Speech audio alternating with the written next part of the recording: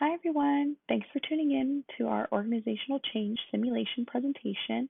In today's session, we're going to quickly go over the scenario that we were given and the two different attempts that we had when we were going through the simulation as a group, what we really took away from it, and how we're actually applying this in our daily life. In this scenario, we served as the Director of Product Innovation for Spectrum Sunglasses Hut and have seen the sustainability efforts are becoming a key driver for innovation through their linkage to future economic development and the shift in consumer preference.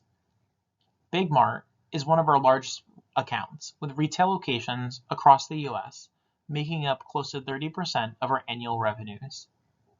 They now have a new VP who is pushing for products that can pass their Green Stamp certification process for environmental friendliness. And the VP approaches us and threatens that if a plan wasn't created within 3 months, that they would consider canceling all of our contracts. Our executives didn't see the financial viability of doing so, but due to the account size, we were tasked with leading that initiative. Before walking through our thought process and learnings, we wanted to start out by showing you the results.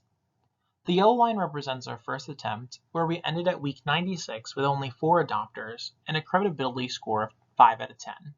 As you can see, after we recalibrated, the second attempt went much better, with us reaching the critical mass of 20 by week 76 with a 10 out of 10 credibility score. Now, I'll turn it over to Dom to discuss what our key learnings were. So, after more than 4 hours of working on the simulation, our team had 3 major takeaways. One was how important it was to actually customize our approach to our employee population throughout the entire process. This meant no mass emails or town halls just to get a pulse check. We really needed to meet with our key leaders on an individual level to get to know them and their grievances. We needed to consistently communicate with them to get their buy-in and check in with those resistors. When we were able to get a better understanding of those resistors, especially after watching each person's interview, we were able to keep customizing our approach and time our efforts effectively. For example, in our first attempt, we tried confronting all of these resistors as soon as we saw that they were resisting. And as you can imagine, that didn't work out well, and it actually damaged our reputation even further. So in the second round, we were able to spot the employees who weren't really leaning into the change, and we wanted to talk to them one-on-one before confronting them. That meant we were able to confront our resistors in a way that was intentional and productive, where it helped our credibility grow as opposed to damaging it. We took a change management approach during our first attempt at the simulation and focused on the analysis, think, change method. We relied on reports and other tools to present and communicate the desired change. This approach was clunky, inefficient, and ultimately unsuccessful.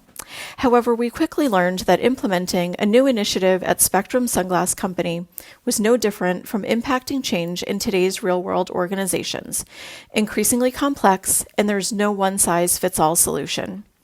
As such, we approached the scenario the next time, emphasizing change leadership and a see, feel, change approach.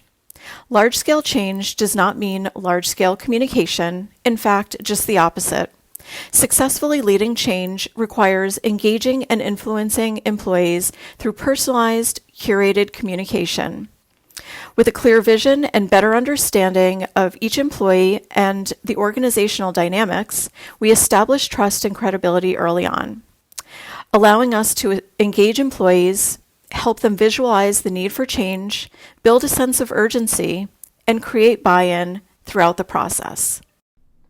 In reflecting on our simulation, it was helpful to compare our process with Cotter and Cohen's 8-step model. Although we learned from Cotter and Cohen the importance of creating a sense of urgency when implementing change initiatives, our instinct in the first attempt was to start by communicating to all team members. As Vito shared, this approach was ultimately unsuccessful. During our second attempt at the simulation, we learned the importance of creating a guiding team, ultimately finding success in creating adopters from early-stage resistors.